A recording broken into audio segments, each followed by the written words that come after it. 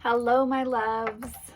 Due to recommendation by a very dear friend of mine and sister in the cards, and also because I love so many of Barbieri's Oracle decks, we are unboxing the the Barbieri Tarot today.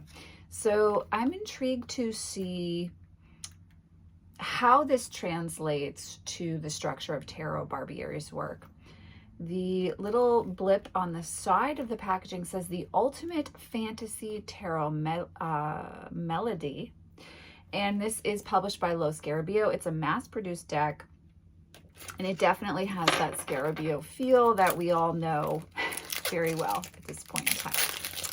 So let's see what we think. You guys know the Alice in Wonderland Oracle I was a little bit nonplussed by, so we'll see what we think about this one. But it's typical shiny, very flimsy box that this comes in. Just straight, sweet, simple, to the point. And we're going to use our little handy seam ripper so we do not break a nail and get in trouble with our nail tech.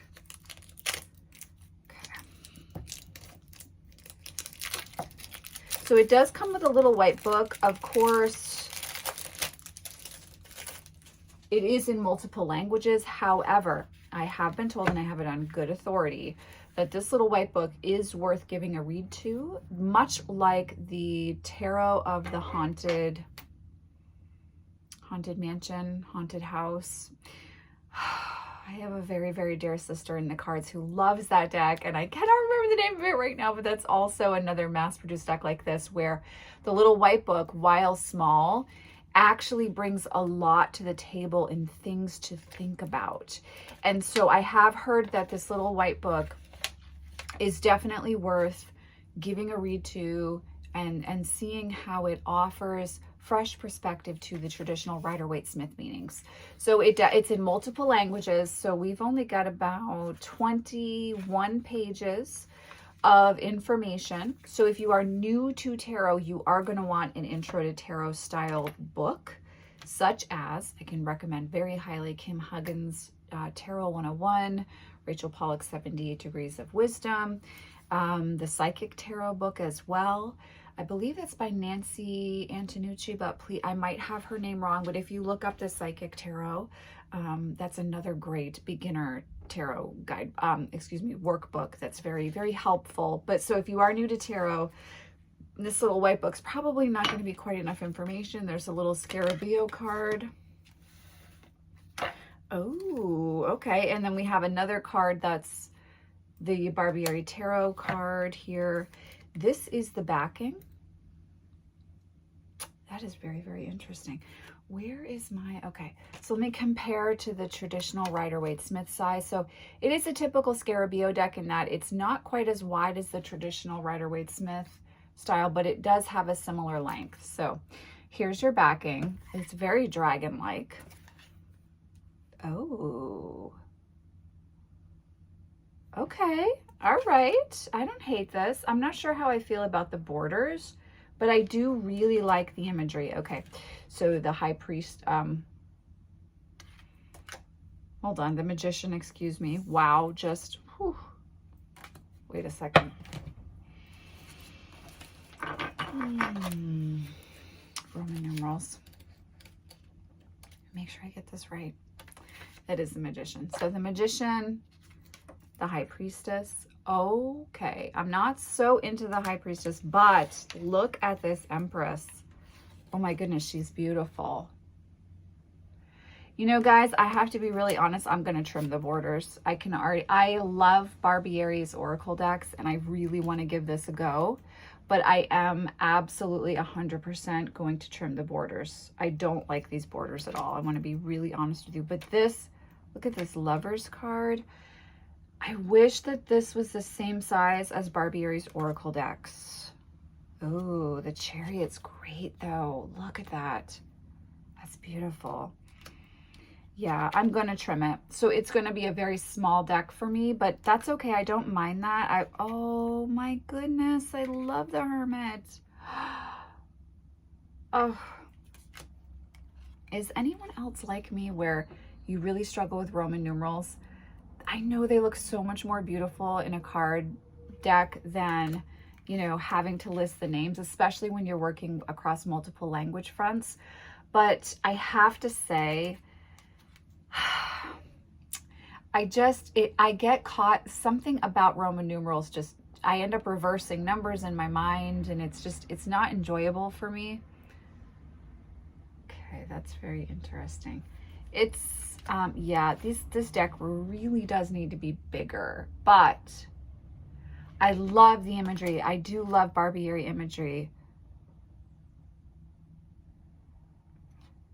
Okay, that's very interesting. Look at that one.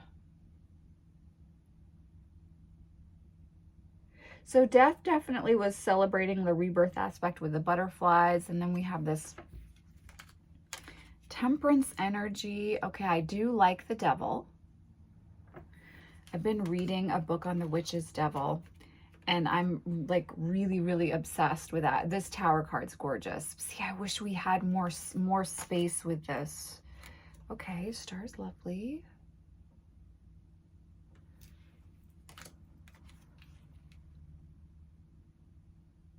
There's the moon. I actually really like that. I like that he didn't go quite traditional. It's got more of a, it's got a different feel to it. The sun's lovely.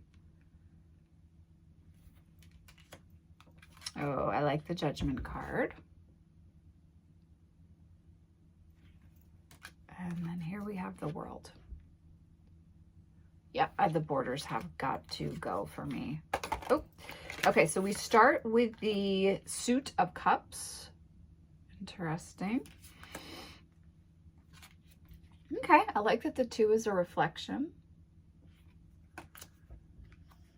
Interesting. Bear with me one second, guys. Let's look at the 3 of Cups, because that's an interesting... Why did he choose that for the visuals? Let's see what he says. Oh, I'm sorry. He is calling them chalices. 3 of Chalices. They wonder why I love him so. He's brave and beautiful and takes chances. He's not afraid to fall, and really, he falls a lot for an angel. He makes me wish I were better. And isn't that what friends do? Make you better than you were? Interesting. Okay, so yes, this is a guidebook you definitely want to give a read to. That's an interesting choice there. Friends make you better. So see, you are going to want to bring the imagery in this deck to the guidebook meanings as well to really get the most out of it, for sure. Okay, I understand now. I was not understanding before. Yeah, I am going to need to reference the guidebook. I think I'm going to do a separate journal for this one, because these really require a slowing down, some reflection. This is beautiful. Some reflection, some meditation. And I think I'm going to, oh, I like the next one. I think I'm definitely going to need to sit with this in a different way. I love that 8. I love it. I love the Alice in Wonderland reference there too.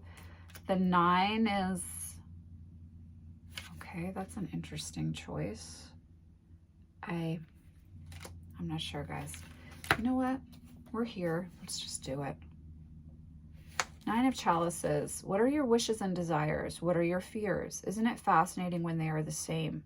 Confusing too, especially when that which you want is right there, so close. All you have to do is reach out and take it. Then you realize you're paralyzed. That's really interesting. Okay, that's gonna require some sitting with. The 10 of Cups is lovely. Oh, I love that. That's so cute. The Page of Cups is adorable. Okay, then we have the Knight. It's an interesting choice. And oh, I love the Queen. She's beautiful. Oh, look at the King. Okay, see, I want to trim this. I want to trim the borders off. I want to, okay, so now we've moved into the Pentacles. So interesting, we're doing the more feminine, traditionally aspects of the suits, the more feminine elements, receptive elements first. Oh, okay. So that 2 of Pentacles looks quite defensive. The 3 is lovely. Oh, I like this I wish this were bigger.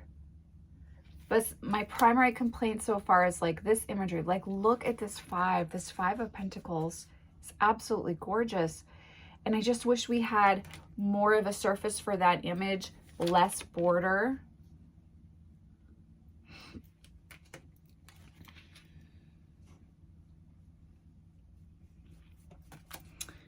Oh, interesting choice for the Eight of Pentacles. Very excited about that. Okay, so you guys know the Nine of Pentacles is always like a deciding factor for me. I don't hate it. And it's very sexual. But it's also, there is a sense of independence, and we do see that she is the bird in a way with the wings instead of the spirit guide companion with her, which I can appreciate. Interesting choice with the Ten of Pentacles. You know what I want to use it with is the Dragon's Oracle. Okay. I like that Knight card. It's interesting. I've really been feeling more pulled to dragon energy the last week or so lately. Oh, okay. I don't know. That's not my favorite Queen of Pentacles, but I like it. I like it. I really like this King. Okay, and then we have the Ace of Wands. I like that. Oh, the Two of Wands. This is interesting. Okay, let's see. Let's see what this says. What does this say? We yearn, oh, let me hold it up. I'll hold it up for you here. We yearn for the sun, we hunger for warmth. Our fears fight to the death to pull us down, to drown our spirits. But we fight and struggle because our desire to live and to be is stronger than our fears, even though we sometimes weary of the battle. That's very interesting. Okay, that's a traditional 3. Oh, look at this Four of Wands. This is giving me Dante's Inferno by Barbieri vibes. Oh, I like this Five of Wands. Oh, it's a great choice. Interesting. Can you guys see that? That's the Six of Wands here.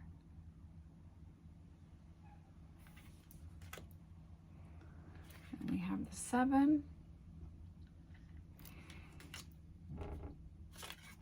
The 8. It's an interesting choice for the 9. Oh, okay. I like the 10 though. Look at that 10. Oh, I love the Page of Wands. Okay, that is stunning. And we have the Knight. It's kind of, I would consider that a traditional representation of the Knight. Interesting Queen. I like the King. Oh, I should say cardstock, it's like a satin finish. And the cardstock is it's traditional Scarabeo. I would definitely say Ace of Swords here. I would definitely say, you know, you want to treat this one with care. But I have to say my Night Sun Tarot has really weathered the years very well. Oh, I like this Three of Swords. Okay, so Nine of Pentacles, Three of Swords are always like big factors into, like, for me, a sign of, am I going to like this deck or not? Am I going to work well with this deck or not? And I actually am enjoying, I like that Four of Swords too. I'm enjoying this representation. Oh, that's a great 5. That is a great 5. Okay, let's look. Let's do it. We're just doing it for this deck.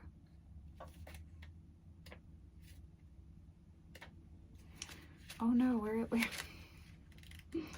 oh, I hate little white books with nails. Give me 1 second, guys. There we go.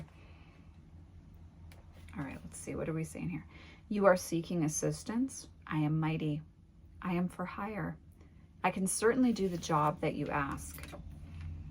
Are you sure? There will be unanticipated repercussions, I promise you. This battle may not be worth the risk you are taking. Oh, that's interesting. That definitely comes through. I love this 6. Oh, I actually, on the whole, am really enjoying the Suit of Swords. And I don't typically, you know, the Suit of Swords is not typically my home place. I like that 7 as well. Here's the 8. That's an interesting kind of like also a callback to the 3 here, with all of the cuts and the drying blood on the wounds there. Oh, I like the 9 of Swords too. Interesting with the 10 here. That's like definitely a Balrog reference from Lord of the Rings. Page is meh for me. I do like the sun there though. And then we have the Knight, not my fave. The Queen, not my fave. I don't know, she's missing that kind of, I don't know, I'm not feeling it with that one, but I do like the King. It's interesting, the King feels a little protective and perhaps more vulnerable, or seeking to not show his vulnerability in a way I don't think we always see in traditional Rider-Waite-Smith imagery there. Interesting. Okay, I'm very intrigued by this deck. I'm liking it much better than I like the Alice in Wonderland Oracle that Barbieri just put out, but on the whole, I have to say Barbieri's oracles are, I gotta be real, some of my favorites to work with. I'm intrigued by this. I'm definitely gonna trim this deck. Keep an eye on my Instagram because I will trim it. Much like the Chicoli Tarot, it's going to be super small once I trim it, but I don't mind that. I've really been enjoying the pocket size edition of decks lately, so I'm not against that. I will say I do wish that this was in the larger Oracle deck size, just because there isn't a lot, and this is not a bad thing, but there isn't as much going on in the imagery, and so I would almost really like to be able to like step inside of the imagery by having that whole picture in a way that I'm not necessarily feeling it with this smaller size. It feels small. I feel cramped trying to connect in with the imagery, but on the whole, I do like the artwork, and I'm very excited to work with the guidebook as well and kind of build my own language with this deck. So I'm definitely intrigued. I'm not 100% obsessed, but I'm intrigued, and I'm excited to work with the deck and see how it reads. And once I've spent a little time with it, you guys know, of course, I will do a full review. I will definitely be trimming this one though. So I hope you enjoyed this unboxing. I should say I purchased this deck with my own funds. I did purchase it on Amazon because it is a mass-produced deck. I will put the Amazon link in the description box down below in case you are interested in purchasing as well.